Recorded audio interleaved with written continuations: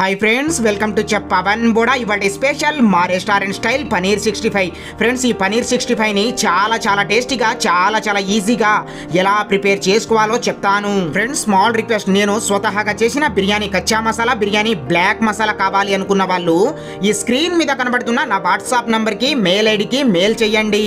Friends ఈ రెండు మసాలాలే మీరు చేసే బిర్యానీకి సీక్రెట్ ఈ రెండు మసాలాలు ఎలా ప్రిపేర్ చేయాలి అనేది ఆల్రెడీ మన ఛానల్లో యూట్యూబ్లో వీడియో పెట్టాను కానీ అది మీకు దగ్గరలో ఉన్న మాల్స్లలో కిరాణం షాప్స్లలో సరైన క్వాలిటీ మసాలాలు దొరకకపోవడంతో చాలా మంది మన సబ్స్క్రైబర్స్ రిక్వెస్ట్ మీద నేనే ప్రిపేర్ చేసి మీకు కొరియర్ చేస్తున్నా ఫ్రెండ్స్ ఇది నేను చేసేది బిజినెస్ కాదు మా రెస్టారెంట్లో వర్క్ అయిపోయిన తర్వాత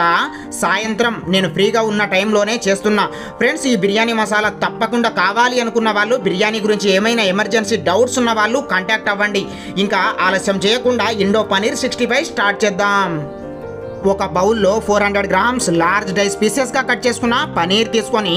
ఈ పనీర్ ముక్కల మీద నుండి పెద్దగా క్రష్ చేసుకున్న బ్లాక్ పెప్పర్ చల్లేసుకొని ఒక కప్ల కార్న్ ఫ్లవర్ చల్లేసుకోండి మైదా వేయకండి కార్న్ ఫ్లవర్ వేసి మీ టేస్ట్కి తగ్గట్టు సాల్ట్ చల్లేసుకొని కొద్దిసేపు పనీర్ మొత్తం బాగా కలుపుకోండి కాసేపు పనీర్ కలిపిన తర్వాత 1.5 టేబుల్ స్పూన్ల homemade ginger garlic paste add చేసి 2 టేబుల్ స్పూన్ల వాటర్ చల్లేసుకొని కొద్దిసేపు కోటింగ్ చేసుకోండి ఫ్రెండ్స్ ఈ పనీర్ని కోటింగ్ చేస్తున్నప్పుడు పనీర్ చాలా గట్టిగా రావాలి అలా కోటింగ్ చేసుకోండి అంటే ఎట్టి పరిస్థితిలో వాటర్ అనేది ఎక్కువగా వేయకూడదు అని తప్పకుండా గుర్తుపెట్టుకోండి బాగా స్ట్రాంగ్గా కోట్ చేసుకొని 30 మినిట్స్ పాటు రెస్ట్ ఇచ్చేసి పక్కన పెట్టేయండి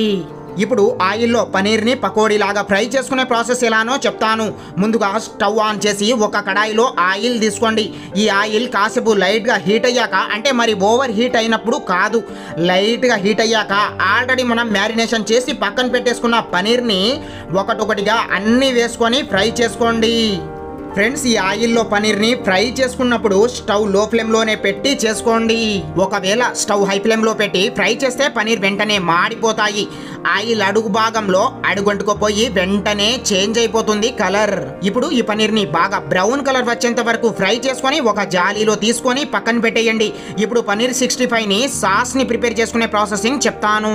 ఫ్రెండ్స్ ముందుగా సారీ ఫర్ దట్ ఎందుకంటే 150 ml oil 2 tablespoon garlic half కప్ల చిల్లీస్ 1 కప్ల ఆనియన్స్ని చల్లేసుకొని 2 నిమిషాల పాటు కలుపుతూ ఫ్రై చేసుకున్న క్లిప్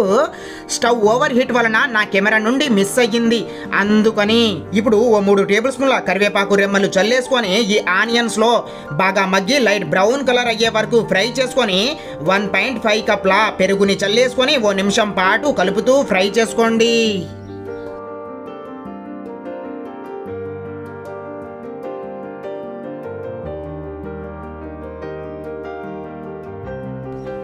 ఒక నిమిషం తర్వాత బాగా మిశ్రమం మరుగుతున్నప్పుడు 1 టేబుల్ స్పూన్ల టర్మరిక్ పౌడర్ని చల్లేసుకొని మీ టేస్ట్కి తగ్గట్టు కాశ్మీరీ రెడ్ చిల్లీ పౌడర్ని వేసి బాగా 2-3 నిమిషాల పాటు ఫ్రై చేసుకోండి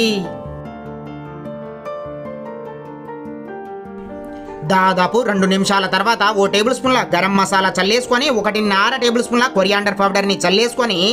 1 నిమిషం పాటు ఫ్రై చేసి దాదాపు 2 కప్ల వాటర్ని చల్లేసి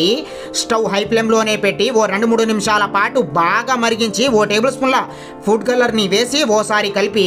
మీ టేస్ట్కి తగ్గట్టు సాల్ట్ వేసి మనం ఆల్రెడీ ఫ్రై చేసి పక్కన పెట్టేసుకున్న పనీర్ ముక్కల్ని చల్లేసుకొని మీకు ఈ పనీర్ 65 కన్సిస్టెన్సీని పర్ఫెక్ట్ డ్రై కావాలంటే డ్రై వెట్ కావాలంటే వెట్ చేసుకొని చివర్లో కొద్దిగా కొత్తిమీర ఆకులు చల్లేసుకొని సర్వ్ చేసుకోండి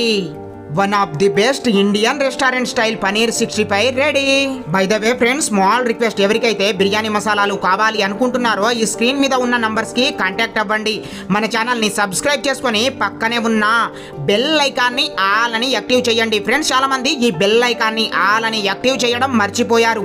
అందువలనే నేను వీడియోస్ అప్లోడ్ చేసిన వెంటనే మీకు నోటిఫికేషన్ రావడం లేదు ఒకసారి ఈ బెల్ ఐకాన్ని చెక్ చేసుకోండి please support me thank you for watching చెప్ పవన్ బోడా।